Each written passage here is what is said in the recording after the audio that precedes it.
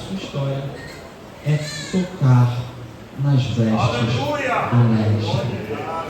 Mas antes de nós entrarmos na mensagem proposta, faz-se necessário entendermos pelo menos um pouquinho do contexto que envolve essa redação escrita pelo evangelista chamado Marcos. E quando falamos de Marcos, precisamos entender ou lembrar que estamos falando de uma redação que fora escrita entre os anos 64 e 67 depois de Cristo. Um momento muito específico da história cristã, uma vez que entre o ano 64 e 67 a capital do Império, Roma, era incendiada. E muitos dizem, historiadores atestam, que o responsável por tal catástrofe foi Nero, uma vez que ele estava insatisfeito com a arquitetura da cidade. Então ele decide atear fogo.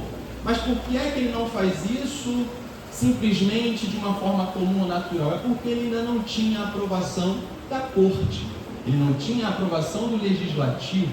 Então ele vai fazer esse incêndio, criar essa catástrofe na surdina, e vai aproveitar esse momento para outorgar a culpa deste grande incêndio justamente nos cristãos. A partir deste momento inicia-se uma ferrenha perseguição à igreja que residia na capital do Império. E o grande problema é, à medida que os cristãos eram alcançados, eles tinham que lidar com as torturas infligidas pelo Império Romano. Dentre elas, estava uma prática comum no Império. Qual era, Hernani? Aqueles que eram apanhados pelo Império, eles eram revestidos com as peles de um animal, e com isso, eles eram jogados no Coliseu. E por que eles tinham que entrar no Coliseu com a pele desses animais? É porque o cheiro dessa pele instigaria um instinto predatório das feras que entrariam no Coliseu.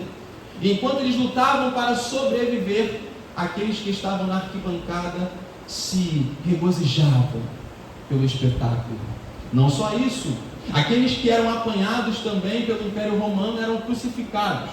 Justamente um flagelo que era posto sobre os piores criminosos daquela época. Então perceba, ser crente naquela época era uma ofensa para o Império Romano. E não para por aqui, porque por último, um dos grandes motivadores da intensa fuga dos cristãos é que eles eram apanhados pelo Império, eles eram pendurados em postes, e em seu corpo era atirado fogo, enquanto eles ainda estavam vivos. Essa era a realidade da igreja nesse momento. Então, com base nessa realidade, o que é que a igreja começa a fazer?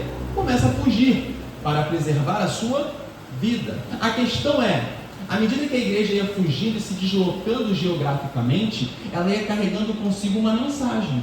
E que mensagem era essa, Hernani? Sabe um homem chamado Jesus de Nazaré? Então, ele veio a essa terra, ele levou sobre si as nossas enfermidades. Sabe o castigo que nos traz a paz? Estava sobre ele, e pelas suas pisaduras nós fomos sarados. Como assim, Hernani?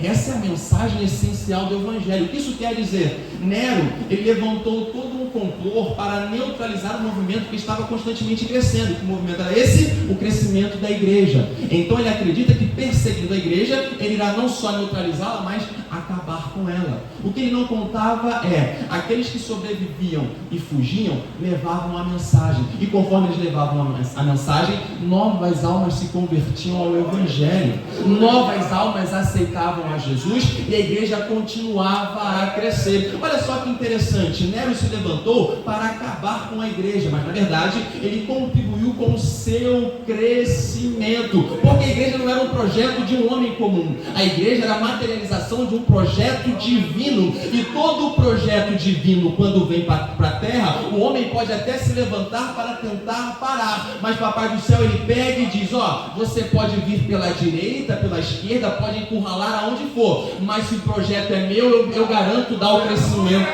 Se o projeto é meu, eu garanto dar a subsistência necessária. Então a igreja era perseguida, mas ao mesmo tempo a igreja crescia, porque no contexto histórico a igreja nunca cresceu debaixo de paz. Era sempre em contexto de perseguição, porque são nos momentos de perseguição que o homem ele entende que naturalmente ele não pode. Então ele tem que buscar onde?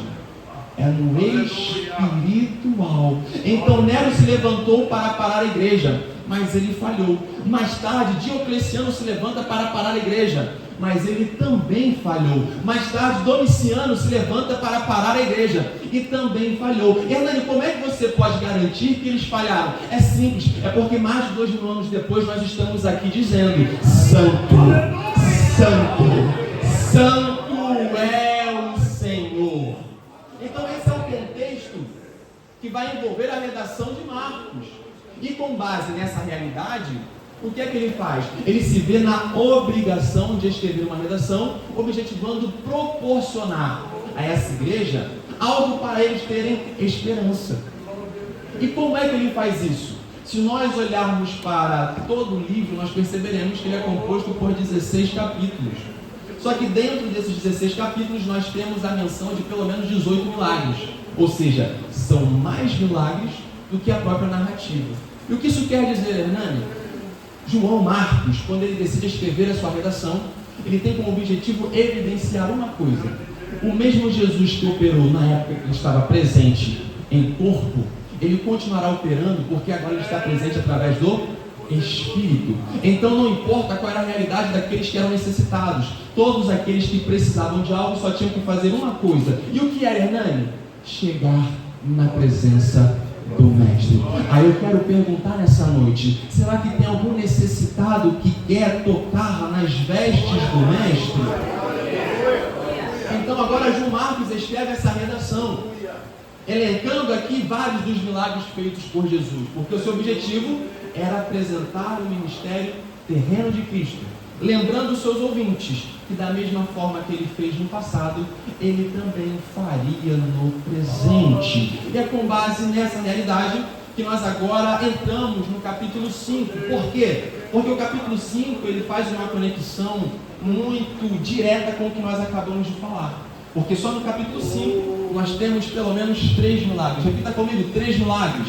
3. Quantos milagres são? 3. Exato. O primeiro milagre é quando Jesus ele vai para o lado leste do mar da Galileia. E o que é que tem lá? A região de Gadara. Era uma cidade que compunha a grande Decápolis, um conjunto de 10 cidades de origem grega. E ali ele chega para fazer e iniciar as suas missões transculturais. O que isso quer dizer, Hernani? Levar o evangelho para um povo que não era judeu. Ele chega, automaticamente quando ele pisa na terra, um gadareno endemoniado o vê de longe e corre em sua direção. E o que é que ele faz? Ele se prostra. Olha só que interessante. O gadareno, ele estava possesso por demônios, porque quando Jesus pergunta qual é o seu nome, ele responde: é uma legião. Então quem conduz o gadareno à presença de Jesus não é o homem, mas é a possessão demoníaca. Só que essa mesma possessão é aquela que outrora estava fazendo com que ele caminhasse sobre as covas, se cortando, gritando e apresentando um cenário de perturbação para todos que estavam à sua volta. O homem vivia em estado de isolamento. Por quê? Porque vivia possesso. O seu sofrimento era oriundo de quê? Da possessão. Mas quando ele vê Jesus, essa mesma possessão que o direciona até Jesus. E olha só que interessante: o que causava o sofrimento no homem foi justamente o que o conduziu até a solução. Hernani, eu não estou entendendo, eu vou melhorar. Aquilo que hoje te faz chorar é exatamente aquilo que está te conduzindo para mais perto da presença. Aquilo que tira as suas noites de sono é aquilo que está te conduzindo para mais perto da presença. Sabe aqueles momentos que você não consegue falar porque a voz embarga e só o que você tem são as lágrimas? É exatamente isso que Papai do Céu está usando para que você retorne para a presença. Você pode até chorar a noite inteira, mas deixa eu te lembrar: aqueles que caminham em direção à presença têm garantia de sorriso ao amanhecer. Eu estou pregando para a gente que chegou aqui chorando, mas sairá daqui sorrindo. Eu estou pregando para a gente que chegou aqui sofrendo, mas sairá daqui tendo esperança que Ele fará infinitamente mais. Calma que nós estamos na introdução apenas. Só que para libertar esse gadareno, Jesus permite que a legião dos porcos ou melhor, que a legião demoníaca entre nos porcos. Os porcos, por sua vez, depois de possessos pela legião, eles se jogam no despenhadeiro e morrem. Aqueles que cuidavam, que pastoreavam os porcos, vão até os donos dizer, ó, foi aquele camarada ali que fez, não foi a gente não. E aí o que é que eles vão fazer?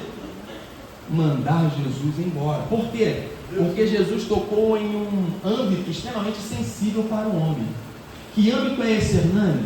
O âmbito monetário. Jesus tocou na fonte de renda daquela galera.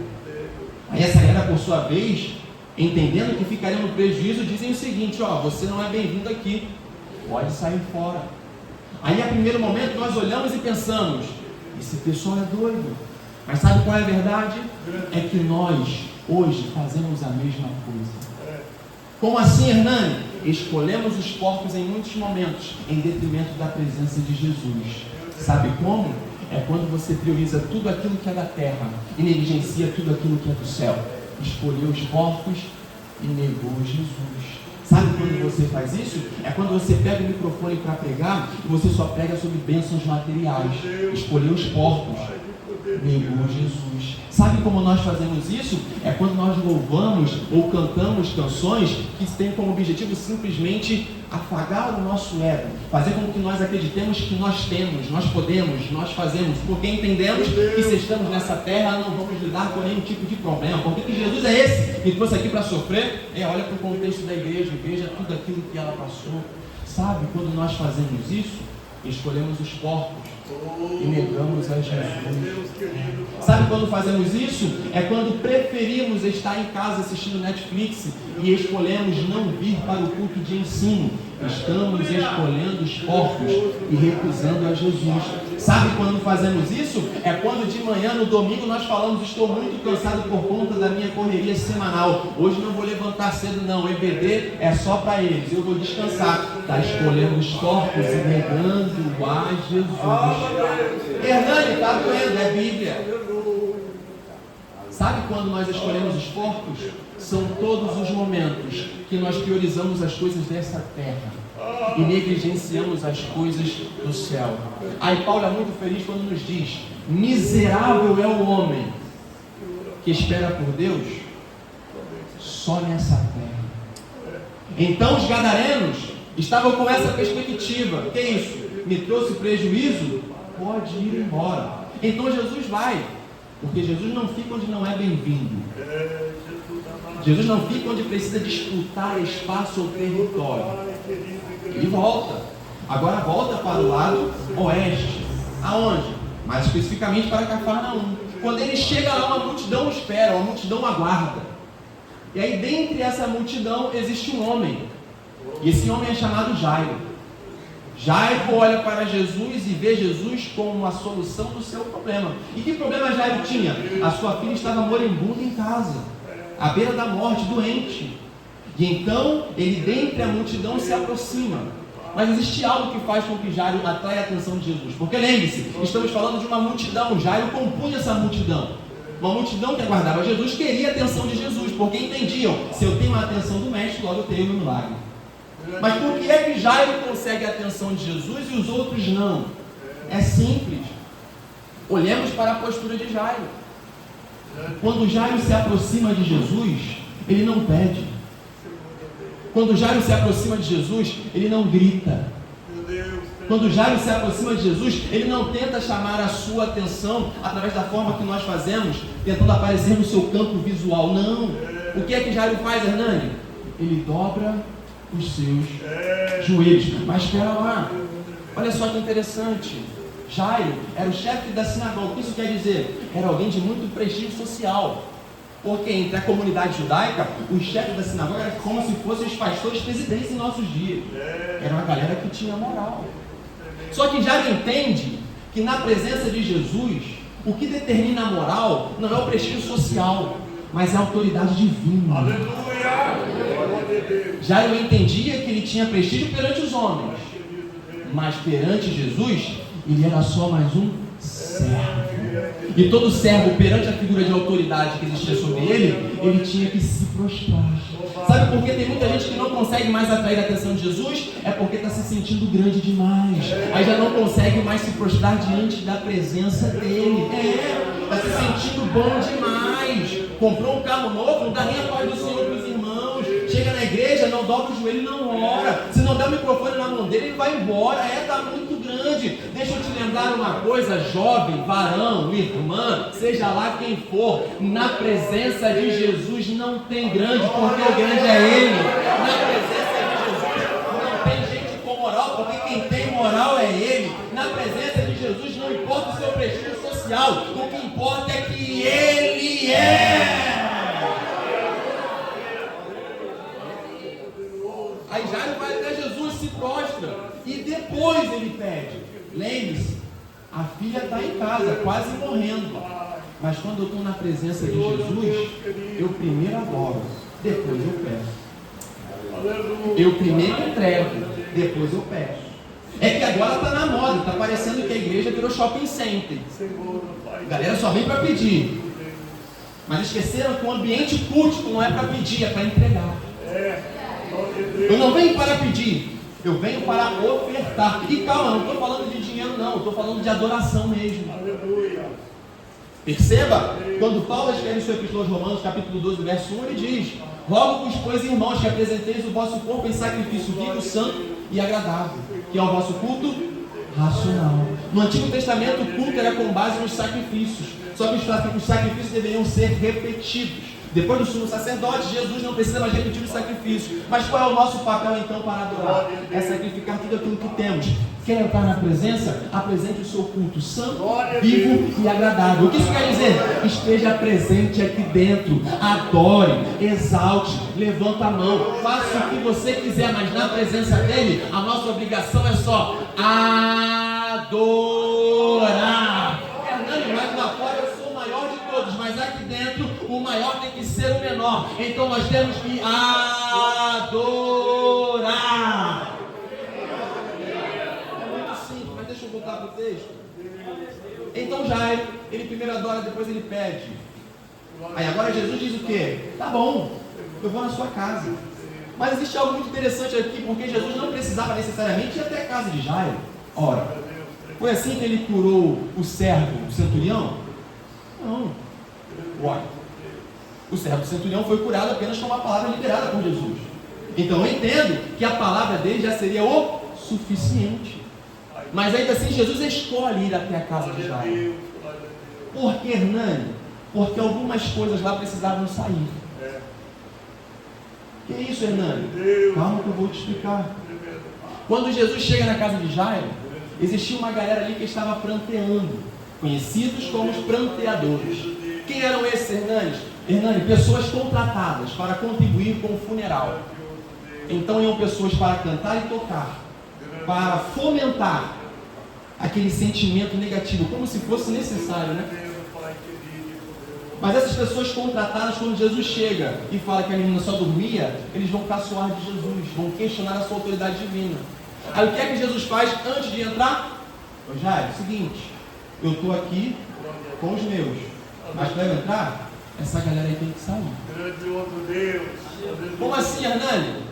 É porque existem situações que Jesus só vai entrar depois que você tirar determinadas coisas. Existem situações que Jesus só vai entrar depois que você retirar determinadas pessoas. Eu vou melhorar isso daqui. Existem situações que Jesus só vai entrar quando você encerrar alguns relacionamentos. Existem momentos que Jesus só vai entrar depois que você cortar alguns laços. Por quê? Porque para ele entrar e fazer um milagre é necessário primeiro haver limpeza. Porque não adianta Jesus tratar a ferida se aquele que fere continua dentro. Eu vou repetir isso daqui. Não adianta Jesus te curar se aquele que te fere continua perto de você. Então, para que ele faça a obra completa, ele diz: eu vou entrar, mas primeiro manda embora que está contribuindo com esse cenário de morte. Então, se você quer ter vida na sua casa, permita que a vida entre, mas mande embora tudo aquilo que coopera com a morte. Mas deixa eu voltar agora no início do texto. Então agora Jesus se desloca até a direção da casa de Jairo. Então ele vai caminhando. Só que agora o texto nos apresenta um cenário. Versículo 25, Diz: e certa mulher que havia 12 anos tinha um fluxo de sangue. Primeiro, já apresenta agora o sujeito da coisa. Certa mulher que tinha um fluxo de sangue que durava 12 anos. E qual é o problema, Hernani? Esse fluxo era comum, desde que ele não perdurasse por tanto tempo.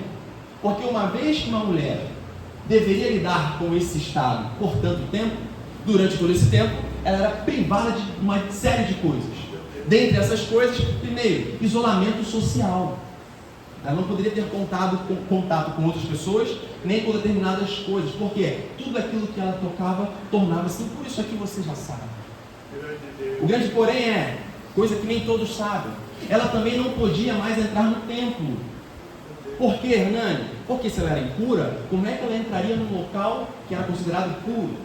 E outra, todos aqueles que estavam ali, uma vez que interagissem com ela fisicamente, logo se tornariam impuros. Mas se ela não vai no templo, ela não oferece oferta de sacrifício. Se não oferece oferta de sacrifício, ela não cultua. E se não cultua a espiritualidade, acabou, vai pro ralo. Então o problema não era só o isolamento social, mas era também a fraqueza espiritual. Por quê? Porque ela não podia estar no templo, não podia adorar, não podia mais se relacionar com o Pai. E isso vai durar 12 anos. E esse fluxo contínuo gerava nessa mulher uma realidade que a tornava não só isolada, mas também extremamente debilitada. Porque se olharmos pela perspectiva fisiológica, perceberemos que ela possui uma anemia crônica. E quem aqui já estudou alguma coisa relacionada sabe que a anemia vai deixar a pessoa pálida, vai deixar a pessoa fraca. O mínimo esforço deixa ela exausta. Essa é a realidade dessa mulher. Está pálida, sem forças, exausta. E o pior não para por aqui, porque o texto nos diz que ela ia procurando algum tipo de suporte na medicina da época. E quando nós olhamos para o Talmud, que é a coleção de todas as histórias, debates, leis, é como se fosse a jurisprudência do contexto e tradição rabínica, nós perceberemos que a lei apresenta pelo menos 11 formas de curar uma mulher que passava por essa situação. E é por isso que o texto diz, ela procurava médicos, gastou tudo que tinha e foi de mal a pior, porque ela seguiu as regras do Talmud. Todavia, essas regras, elas eram limitadas a uma medicina que, diferentemente dos nossos dias, era uma medicina primitiva. E sabe quais eram os remédios que ela tinha que lidar? Ervas medicinais, superstições e outra. Existem aí historiadores que vão dizer que os médicos da época, por conta da ausência de conhecimento, eram também submetidos ou submetiam os seus clínicos a espécies de experimentos. Aí agora eu entendo por que ela é de mal a pior. Porque além de não conseguir nenhum suporte, ela também era vítima de uma espécie de teste. E aí se o teste desse errado, quem pagava a conta era ela. Essa é a realidade dessa mulher. Está fraca, está pálida, sem forças e sem dinheiro. Mas sabe uma coisa que nós ignoramos em muitos momentos? É que mesmo diante dessa realidade tão ruim, ela tem uma coisa. O que, Hernani? Vida. Aleluia. Glória a Deus. Vou repetir. Ela está vivendo esse cenário completamente desfavorável, de sofrimento, de debilidade, de carência em todos os segmentos da sua vida. Porém, ela ainda tem uma coisa: vida. Glória a Deus. Aleluia. E por ter vida, ela tinha capacidade de continuar batalhando. Só o obreiro aqui entendeu, eu vou melhorar.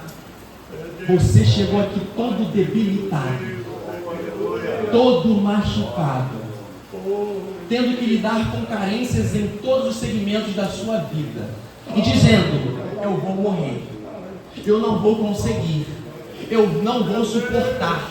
Mas Jesus está dizendo: você ainda tem aquilo que precisa. O que, Hernani? Tem vida. Porque ainda que você não tenha a cura que ambiciona, você ainda tem o sustento que precisa. Eu vou repetir: ainda que você não tenha a cura que você tanto busca, busca. Você tem o sustento que precisa para continuar crendo. Você pode até não ter aquilo que deseja, mas tem tudo aquilo que precisa. Papai do céu me trouxe aqui para te lembrar, ainda que os seus planos não tenham sido concretizados, eu continuo no controle da tua história, te sustentando, te guardando, te livrando e te mantendo de pé. Então deixa eu te lembrar, tu não continua batalhando porque tu é bom, não, é porque Ele está te sustentando. Deixa eu te lembrar, tu não continua exercendo o ministério eclesiástico porque tu é bom, não, é porque Ele está te sustentando. Tu não continua pregando porque é bom, não, é porque Ele está te sustentando. Tu não continua cantando porque é boa, não, é porque Ele está te sustentando. Tu não continua regendo porque é boa, não, é porque Ele está te sustentando. Eu não tenho nada daquilo que eu quero, nada daquilo que eu almejo, mas você tem aquilo que você precisa. Agradeça. O problema é que hoje estamos tão ocupados em pedir por aquilo que queremos, que deixamos de agradecer por aquilo que já temos. E convenhamos, nós já temos muito mais do que merecemos. Mas nem sempre você vai ouvir isso, principalmente no congresso. Porque hoje a moda é falar: Jesus vai fazer, Jesus vai entregar, Jesus vai abrir, e Ele pode e vai, mas não é no teu tempo, não é do seu jeito, não é seguindo o seu roteiro, mas é no jeito dele, é no tempo dele, é da forma dele. Por quê? Porque se Ele fizer do jeito que você acredita que deve ser feito, tu vai chamar a responsa para si e vai dizer: eu sou bom. Mas quando Ele permite que o calo aperte, aí você compreenda que você não pode, aí você vai lembrar: eu não posso nada, mas o meu Deus, Ele pode todas as coisas. É por isso que Ele permite a dor chegar, porque através dessa dor, a manifestação da presença dEle acontecerá na sua vida. Mas vamos para o texto. Então ela está vivendo essa realidade. Uma realidade onde é vista socialmente isolada, espiritualmente fraca, economicamente falida. E não só isso, mas fisiologicamente completamente debilitada. Essa é a realidade dessa mulher. E essa é a realidade de muita gente. Mas deixa eu te dizer uma coisa. Existe o versículo 27. E aqui é onde tudo muda. Por que, Hernani? Porque o versículo 27 diz: ouvindo falar de Jesus. Vou repetir. Porque você, se não estiver, já esteve na posição dessa mulher. Até que alguém falou de um outro alguém para você. E que alguém era esse, Hernani? Jesus. Ela ouve falar de Jesus. Mas a pergunta que fica é: o que ela ouve falar de Jesus?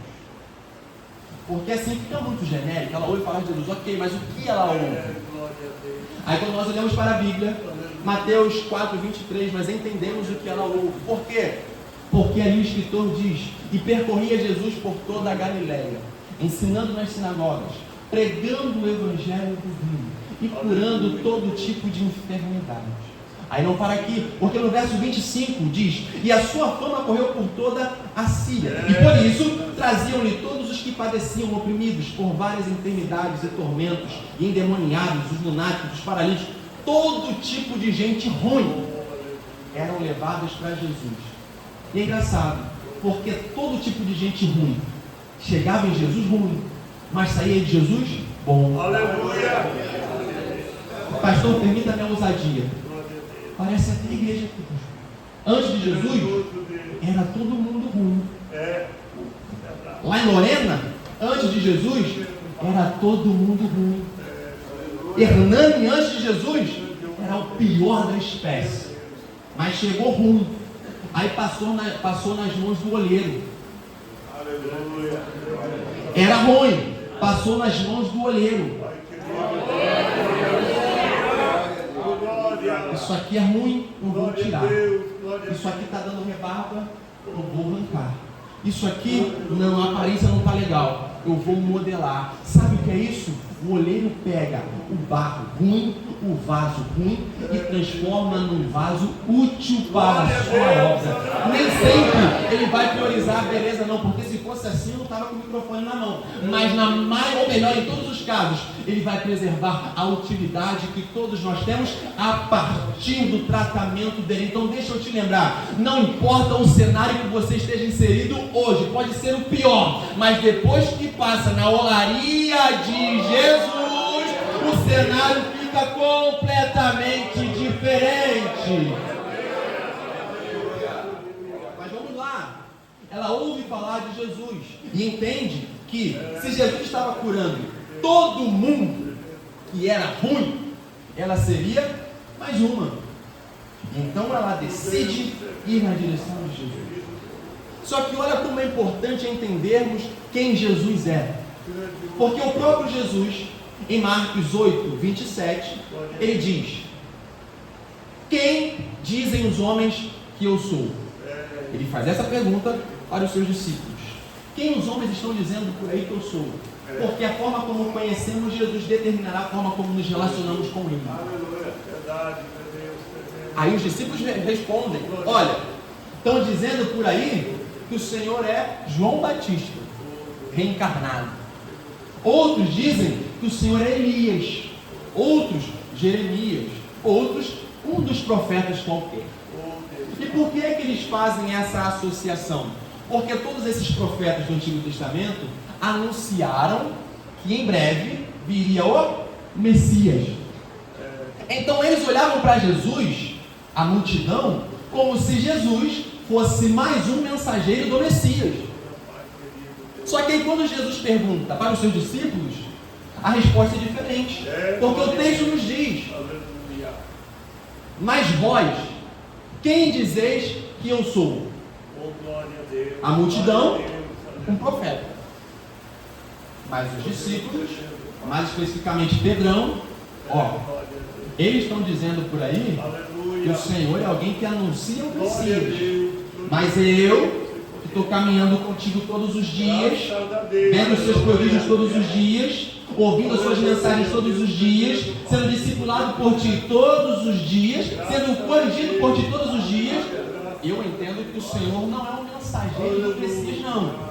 Eu o reconheço como sendo o próprio Cristo. Hernani, mas por que isso é importante? Porque aqui nós vemos um contraste muito visível da diferença entre a multidão e os discípulos. A multidão acompanha Jesus somente pelos seus feitos, mas os discípulos acompanham Jesus pela identidade que ele possui. Aí a multidão que acompanha Jesus pelos feitos, lá em João 6,60, ela vai embora quando ele decide não multiplicar pão e peixe. Mas os discípulos que o conhecem pela sua identidade, mesmo não tendo multiplicação de pão e peixe, eles dizem: para quem iremos nós, se é tu que tens a palavra de vida eterna? Perceba, a multidão quer Jesus por aquilo que ele pode fazer, mas os discípulos acompanham Jesus por quem ele é. A multidão, quando Jesus não faz, vai embora, mas os discípulos, quando Jesus não faz, continuam dizendo: ele é santo, ele é onipotente, ele é onisciente, ele é onipresente, e por isso continua sendo digno da minha adoração. E a pergunta que eu faço para você nessa noite é: quem é Jesus para você?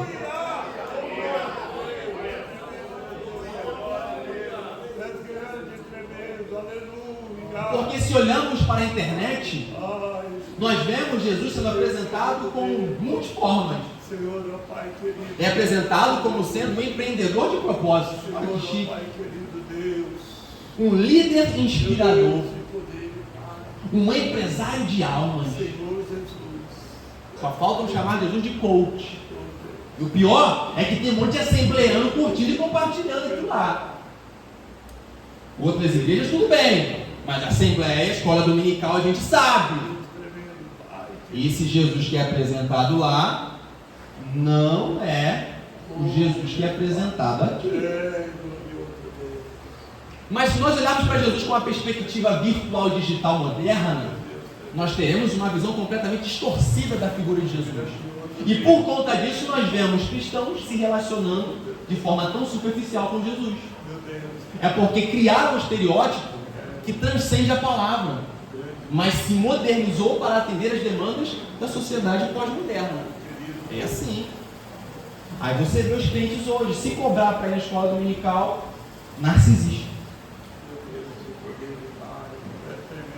Se falar, vou te dar oportunidade, falar que não, e falar, tô nem aí, tá me constrangendo, vou tacar um processo. Se falar, tem que orar até dar marcha no joelho, torturador. Aí eu começo a ficar preocupado, porque a geração de hoje, pastor, serão os obreiros de amanhã. Aí o que é que eu penso? O que vai ser da igreja daqui a 20, 30 anos? Mas eu me nego, porque na Assembleia de Deus ainda tem jovem que ama a palavra, ainda tem jovem que observa a palavra, e ainda tem jovem que conhece o Jesus da palavra. E é por isso que quando eu quero saber quem é Jesus, eu não vou para a internet, para o Instagram, para o YouTube, não. Eu venho para a palavra. Aí sabe o que a palavra me diz? A palavra me apresenta o próprio Jesus se apresentando para aqueles que o seguiam. E é por isso que no capítulo 6, verso 35 de João, Jesus se apresenta: eu sou o pão da vida. É Ele que se apresenta. No capítulo 8, verso 12, ele diz: eu sou a luz do mundo. Glória a Deus, glória a Deus. É Ele que diz. No capítulo 10, versículo 7, ele diz: eu sou a porta das ovelhas. Graças a Deus. No capítulo 10, versículo 11, ele continua dizendo: eu sou o bom pastor. Mas não é qualquer pastor, porque o pastor no Antigo Testamento criava as suas ovelhas para sacrificá-las. Mas o pastor do Novo Testamento, a saber, o nosso Jesus, ele se sacrifica para dar vida às suas ovelhas. É o Jesus da Bíblia.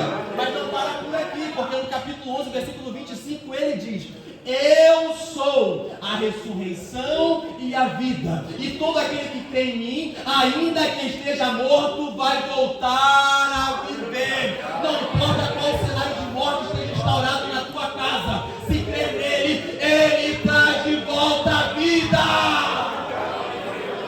Mas espera que não para aqui, porque no capítulo 14, verso 6, ele diz: eu sou o caminho, a verdade e a vida, e ninguém vem ao Pai se não for por mim.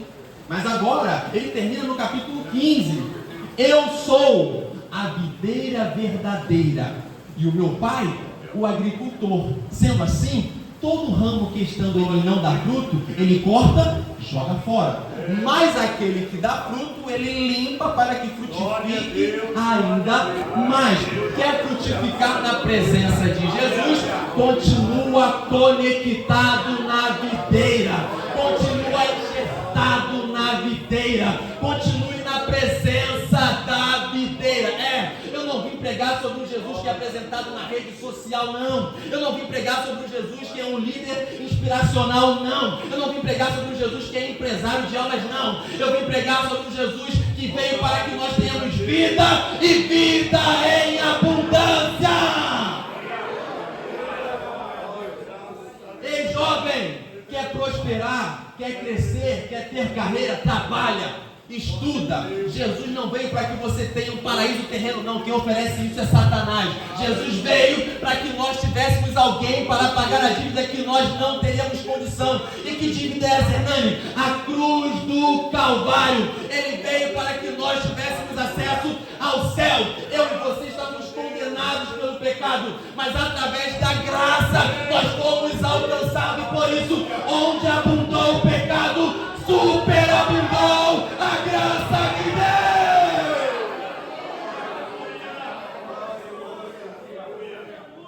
Quer mensagem motivacional? Vai para o Instagram, vai para o YouTube, mas na Assembleia de Deus ainda tem palavra.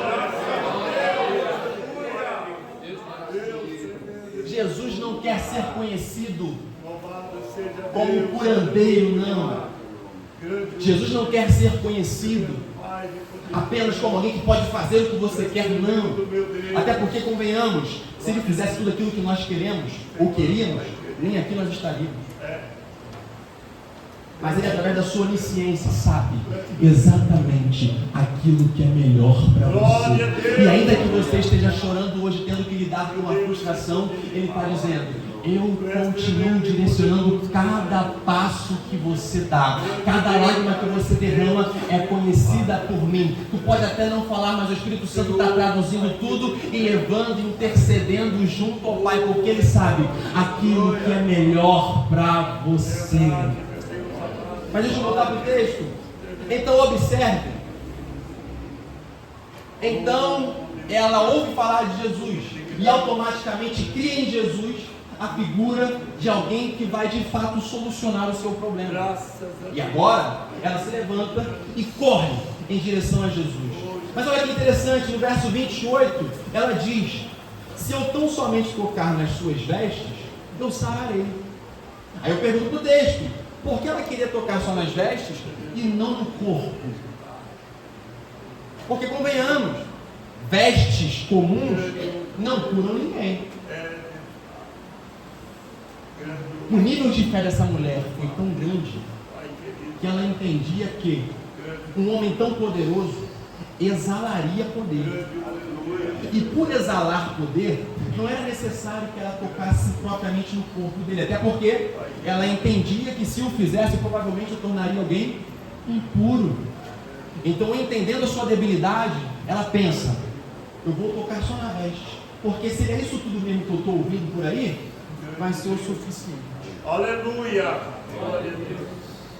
A ação dela foi motivada por aquilo que ela ouviu.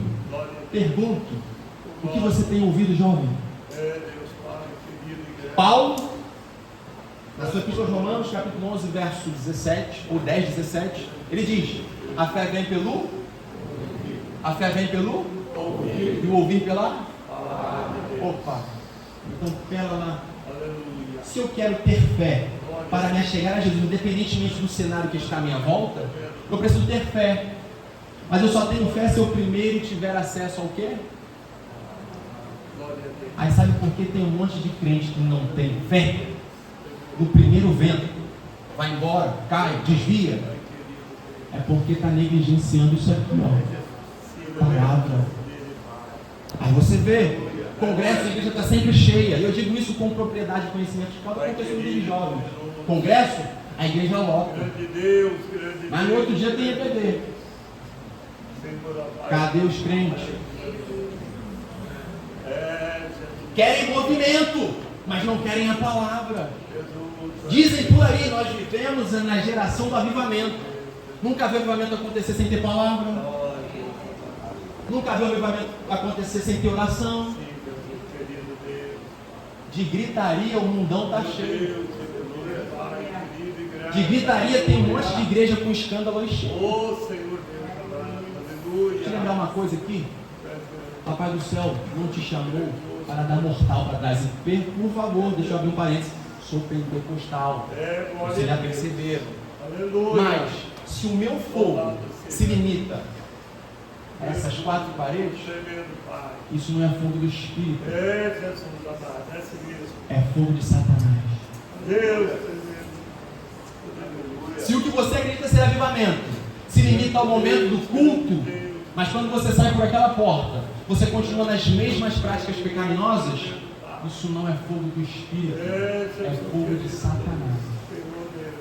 Aqui pulou, cantou, sapateou, chegou lá fora, está fornicando, está assistindo pornografia, está falando palavrão, falando besteira lá na faculdade, no trabalho, em casa, desrespeitando os pais, adulterando com a esposa. Fogo de Satanás. Porque a maior evidência da presença do Espírito Santo não é o movimento, tampouco os dons de 1 Coríntios 12, mas é o fruto de Gálatas 5:22. Que fruto é esse, Hernani? Amor, alegria, paz, paciência, fé, bondade, benignidade, mansidão. Se tiver isso, tem o selo do Espírito. Se não tem, é fogo estranho. mas eu me alegro, porque estou diante de uma juventude, de uma geração que não clama simplesmente por dons para aparecer diante dos homens, mas que clama sobretudo pelo fruto do Espírito, porque é o fruto do Espírito que me tornará semelhante ao Cristo ressurreto. Ei, juventude, quer viver um verdadeiro avivamento? Voltemos para a palavra de Deus. Mas deixa eu voltar, porque as horas já são passadas. Então, ela se levanta, entendendo que só precisava tocar nas suas vestes. Mas lembre-se, ela não poderia ser vista em um ambiente público, porque se assim fosse, poderia ser até apedrejada. Mas a consciência da possibilidade de ser apedrejada não foi o suficiente para parar uma fé estruturada na palavra sobre Jesus. Graças a Deus. A sua debilidade fisiológica que lhe deixava tão fraca e exausta não foi suficiente para impedir que a sua fé lhe motivasse em direção até o próprio Jesus. Nenhum tipo de obstáculo foi suficiente, porque ela entendia: eu só preciso tocar nas vestes. Eu só preciso tocar nas vestes. Eu só preciso tocar nas vestes. Eu só preciso tocar nas vestes. Eu só preciso tocar nas vestes. Eu só preciso tocar nas vestes. Ninguém vai me ver, não tem problema. Nem ele precisa te ver, porque a hora que você tocar, ele sente. A hora que você tocar, ele sente. A hora que você tocar, ele sente. Mas espera, ele não só sente, mas ele olha em direção do objeto de onde veio o toque. Como assim, Hernani? A palavra diz, não sou eu, porque ele estava caminhando, a mulher veio por detrás. Repita comigo, a mulher veio por detrás. Quando alguém toca, o que é que a palavra diz?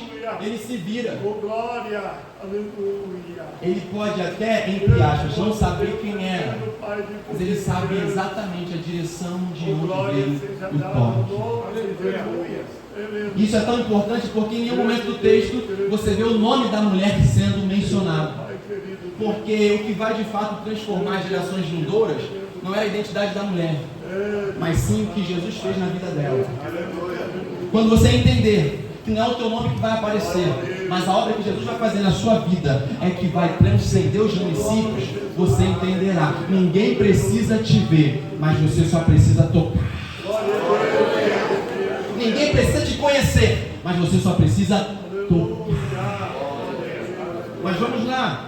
Então ela se sentia tão indigna que pensa: vou tocar só nas suas vestes, porque ele é poderoso o suficiente para me transformar. Ela toca. Imediatamente a fonte secou, ou o seu escorrimento parou de imediato.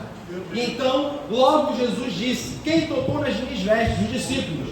Vês que a multidão te aperta e vai perguntar: quem é que me tocou? Jesus.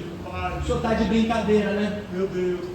Uma multidão te apertando, te oprimindo aqui, o senhor vai perguntar quem te tocou. Todo mundo te tocando. Mas existe uma diferença entre o toque da multidão e o toque de quem tem fé. Vou repetir. Existe diferença entre o toque da multidão e o toque de quem tem fé. Nós nem sempre reconhecemos quem está tocando como multidão e como quem tem fé. Mas ele sabe exatamente quando um toque é só para aparecer no campo de visão ou é para ser transformado de dentro para fora. Porque lembre-se, o problema, apesar de ser evidenciado fora, que ele estava dentro. Quando a gente toca em Jesus, a primeira obra que ele faz na nossa vida não é fora. Aleluia! É na parte de dentro. Aí tem muita gente que olha para você e pensa: não mudou nada. Fica tranquilo, porque a parte de dentro está em trabalho. Aí tem gente que está indo para a igreja todo sábado, domingo, segunda, terça, quarta, quinta, não mudou nada. Mas a parte interna já está sendo transformada. O homem só vê o que está fora, mas o Papai do Céu sabe exatamente o que tem dentro. E é com base nisso que ele manda te dizer essa noite: ainda que por fora você esteja sorrindo e por dentro chorando, ele te conhece. E por te conhecer, ele manda te dizer: você não está sozinho, você não está sozinha, porque eu estou te sustentando. Mas vamos lá, para encerrarmos. tocou. Como alguém como Jesus, onisciente, vai perguntar quem lhe tocou? Óbvio que ele já sabia, mas a pergunta que fica é: por que ele decide tornar público a obra que ele fez na vida da mulher? Primeiro ponto, ele queria utilizar a fé daquela mulher como exemplo para todos que estavam à sua volta, porque todo milagre que Jesus faz é acompanhado de um ensinamento. Vou repetir: todo milagre que Jesus faz é acompanhado por um ensinamento. Vale ressaltar aqui: os milagres operados por Jesus não eram o final, não eram o propósito, eram apenas o meio. Como assim, Hernani? Os milagres operados por Jesus eram um meio para que ele atestasse a veracidade da sua palavra. Se ele se dizia ser o filho do Messias, ele precisava comprovar com poder e autoridade que ele era o filho do Messias. Ou melhor, que ele era o filho de Deus. Se ele era o filho de Deus, ele precisava comprovar que era o filho de Deus. E como fazia isso? Através da manifestação de prodígios e maravilhas. Mas perceba, não era o propósito, era o meio. Hernani, o que isso quer dizer? Se tu segue a Jesus somente pelos milagres, tu está servindo pela metade. Porque o milagre não é o propósito, é o meio pelo qual você entenderá o tamanho do Deus que você serve. Mas entendendo o seu tamanho, você precisa sobretudo entender quem é a sua identidade, ou qual é a sua identidade. Aí agora essa mulher, ela toca e Jesus fala: manifeste-se. E ela se manifesta. E aí, primeiro ponto, por que ele torna público? Porque ele queria atestar ou compartilhar a fé dessa mulher. E segundo, e mais pontual, lembra que Jairo estava seguindo Jesus? Lembra que Jairo foi atrás de Jesus pedir ajuda pela sua filha? Aí você lembra que em alguns versículos posteriores, Jairo recebe a notícia que a sua filha estava morta?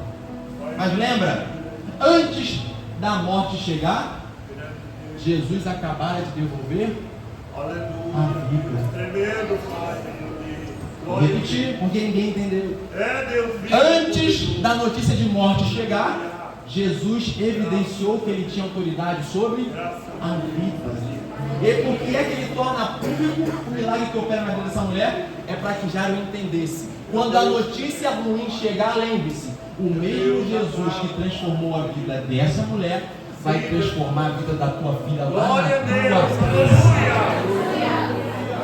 O que Jesus tem para fazer na tua vida, ele vai tornar público. Mas não é para te envaidecer, não. É para que outros vejam que o mesmo Jesus que fez na tua vida, vai fazer na casa dele também. O teu milagre vai servir de testemunho para fortalecer a fé daqueles que estão desanimados. O teu milagre vai servir de testemunho para levantar aqueles que estão caídos. O teu milagre vai servir de testemunho para fortalecer aqueles que não têm mais força. O teu milagre vai servir de testemunho para gerar esperança naqueles que acham que tudo está perdido. O teu milagre não é para a tua honra, mas é para a glória do nome dele. Coloque sobre seus pés, autorização do pastor. Oh, aleluia! Graças a Deus.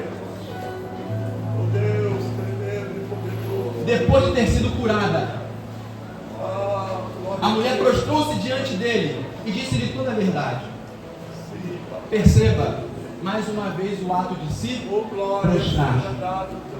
Jairo se prostra lá no início para pedir. Essa mulher se prostra no final para agradecer. Porque essa é a dinâmica do Evangelho. Eu me prostro no início e me prostro no final. Eu me prostro para pedir e também me prostro para agradecer. Em outras palavras, a mesma postura que eu adoto para pedir, eu tenho que adotar para agradecer. Então deixa eu te dizer uma coisa: a hora que ele fizer na sua vida, não se esquece dele não. A hora que ele transformar a sua história, não se esquece dele não. A hora que ele transformar a sua família, não se esquece dele não. A hora que ele te abrir as portas que você tanto almeja, não esquece dele não. Do mesmo jeito que você pede hoje, tenha certeza que você agradecerá amanhã. E é por isso que agora ele diz: filha, a tua fé te salvou. Vai em paz e ser curada do teu mal. Filha, no início do texto, ela é apresentada como certa mulher. Glória a Deus. Alguém sem valor algum. Jesus amado, Pai, a história. Mas depois que toca em Jesus, Aleluia, glória a as coisas mudam. Deus. Ela sai da posição de certa mulher e agora se torna Glória a Deus. filha. Aleluia. Você é filho. Hernani, você não tem noção do tamanho da minha debilidade. Depois do toque, ele vai te lembrar que você é filho. E o filho não é visto pelo pai pelo tamanho da debilidade que ele tem, porque o amor do pai é tão grande que não tem espaço para ver a ferida, só tem espaço para receber a vida. É por isso que eu quero chamar você aqui na frente, que deseja nessa noite aceitar a Jesus ou retornar para os seus caminhos. E por favor, não é do meu feitio estender o apelo, uma vez que entendo que Jesus não é resto de feira, onde eu preciso me livrar para não sair do prejuízo. Não, eu estou lhe apresentando aquele que pode mudar a tua história, e não só a tua história, mas de toda a tua família. Então você que está desviado, entrou aqui entendendo que só está por um fio, vem aqui à frente que nós vamos orar por você. Hernani, eu estou tão cansado, eu estou tão exausto. Você só precisa tocar nas vestes dele. Você só precisa tocar nas vestes dele, que a imundície que te acomete não tornará imundo, mas a pureza existente nele te tornará alguém puro. A transformação que você precisa está em Jesus Cristo.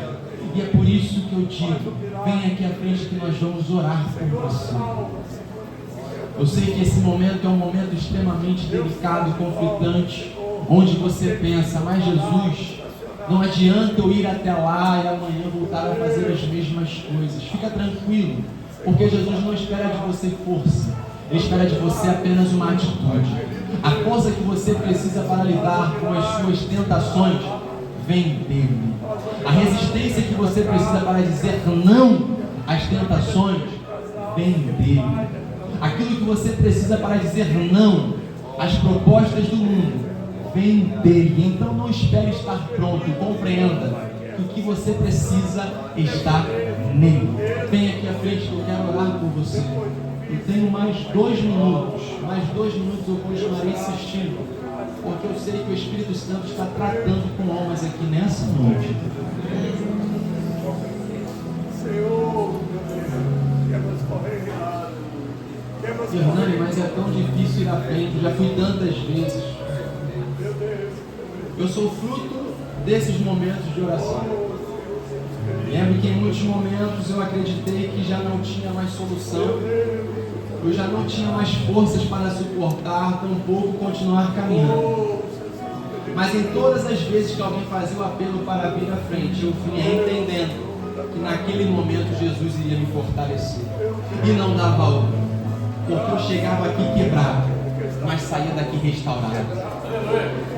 O altar não constrange, o altar conserva. Você provavelmente chegou aqui danificado, entendendo que aquilo que foi quebrado de forma alguma pode ser restaurado. Mas o Espírito Santo diz nessa noite, Ele é um especialista em restaurar aquilo que o homem quebra. Por isso eu digo, vem aqui à frente você que deseja aceitar a Jesus ou retornar para os seus caminhos. Enquanto você se decide, eu quero chamar à frente. Fique tranquilo, irmãos, que eu não sou aquele pregador bagunceiro que vai descer aqui, vai colocar a mão na sua cabeça, vai bagunçar seu penteado. Não. Eu quero simplesmente orar por você que entende que precisa voltar à palavra para ter uma fé estruturada em Cristo. Uma fé inteligente o suficiente para olhar para o alvo independentemente das circunstâncias, entendendo que ainda que você não tenha aquilo que você quer, você tem exatamente aquilo que precisa para continuar crendo que Ele faz. Vem aqui à frente, eu vou orar por você. Eu já devolvo o microfone. Querido Deus. O pastor já está quase vindo puxar aqui no paletó. Olha, a pessoa está vindo. Pai querido. Aleluia. Está retornando.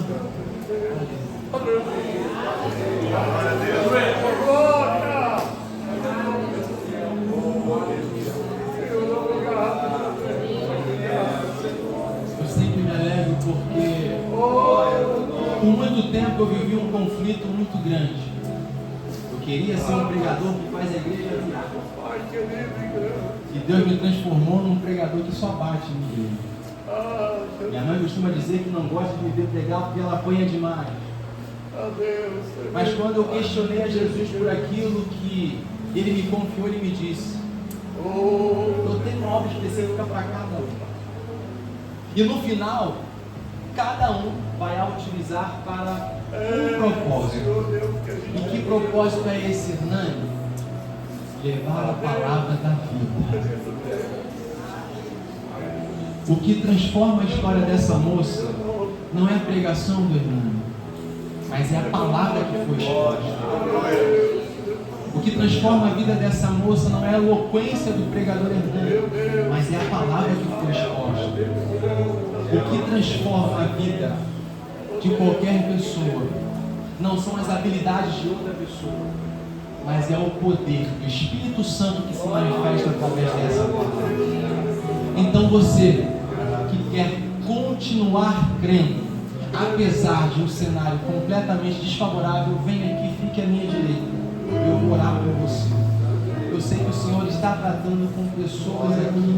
Aleluia. Se não fosse assim, eu já teria entregado o microfone. Aleluia. Para ser bem sincero, se tem um momento da pregação que eu não gosto, é desse momento. Porque eu entendo que, de fato, nós temos que esticar. Mas eu também entendo que, neste momento, o Espírito Santo vai trabalhando no interno, convencendo que o posicionamento precede a transformação. O posicionamento antecede a transformação. Então, se você não se posiciona aqui, automaticamente você não conseguirá se posicionar lá. Porque aqui o ambiente é favorável. Agora lá é extremamente hostil.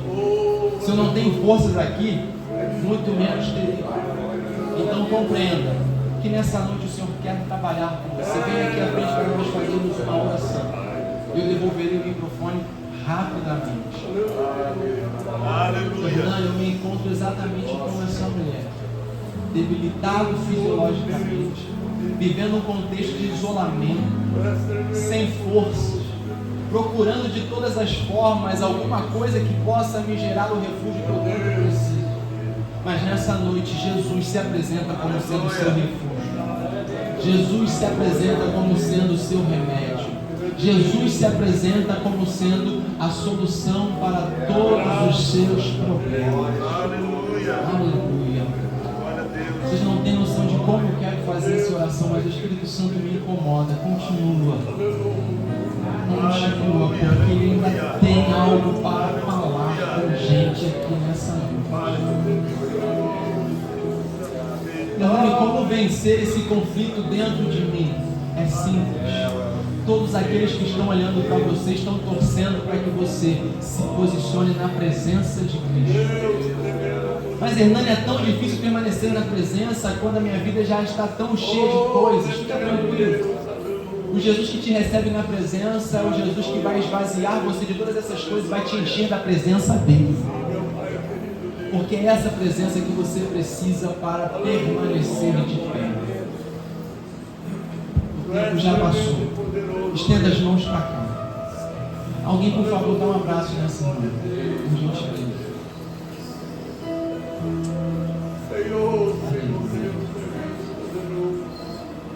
Irmão, olha para mim.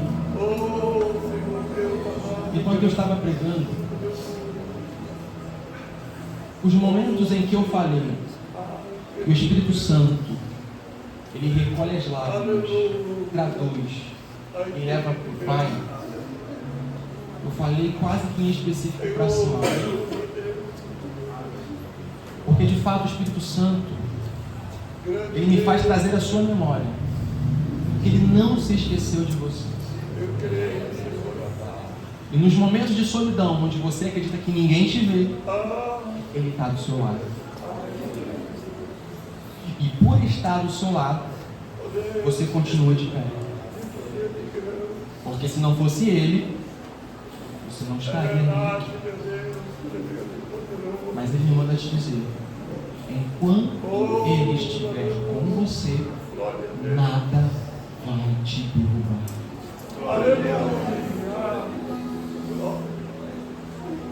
Senhor meu Deus, uma vez mais nos colocamos em Tua presença, entendendo o que o Senhor fez e falou em nosso meio nessa noite. Nós te agradecemos porque duas pessoas vieram aqui, uma para se reconciliar contigo, entendendo que a vida não tem propósito distante da Tua presença. Eu peço que a partir deste momento, Pai, o Senhor seja o refrigério dessa alma, e que nos momentos, Senhor, de maior pressão, ela venha se lembrar que o Senhor a está sustentando. Faça com que a Tua filha, Pai, enxergue o Teu cuidado e passe a valorizar a Tua presença. Que as propostas deste mundo não consigam, Senhor, desvirtuar o foco da Tua filha, que a partir de hoje será Jesus Cristo. Que a obra operada nessa vida, Pai, venha reverberar, e que através dela sua família seja alcançada, que através dela sua família seja transformada, o seu círculo social seja completamente impactado pela presença do Espírito Santo que a acompanhará. Meu Pai, supra as necessidades da Tua filha e faça com que ela perceba que tudo o que ela precisa é a Tua presença. De igual modo, apresenta a Tua serva que aqui está, que reconhece, Pai, a sua fragilidade, reconhece a sua pequenez, reconhece a sua total dependência de Ti. Por isso, ela vem à frente pedindo: revista-me com o Teu Espírito Santo. Eu peço a Ti que nessa noite, Pai, derrama o Teu Espírito sobre a Tua serva, assim como o Senhor fez em Atos 2, dando-lhe ousadia e sobretudo resistência, para que em meio às aflições, às perseguições, às opressões, ela permaneça buscando o auxílio em Ti, porque o Senhor é o Deus bem presente na hora da angústia, o Senhor é o Deus bem presente na hora da tribulação, o Senhor é um Deus bem presente na hora da perseguição. Então sustente a Tua serva, Pai, segura na Sua mão e direcione-a segundo o Teu querer. Que a Tua presença, Pai, permaneça sobre essa juventude, direcionando cada um deles para que desfrutem do cumprimento das Tuas promessas, e que nos momentos de frustração, onde as lágrimas, Pai, escorram pelo seu rosto, que eles venham lembrar que o Senhor permanece no controle, e que ainda que as coisas não aconteçam do nosso jeito, elas estão caminhando para materializar a Tua vontade na nossa vida. Que a Tua paz seja como essa igreja, e que o Teu Espírito, Pai, levante uma geração forte. Essa é a minha oração nessa noite, em nome de Jesus. Eu Te agradeço, Pai. Amém. Amém. Glória a Deus.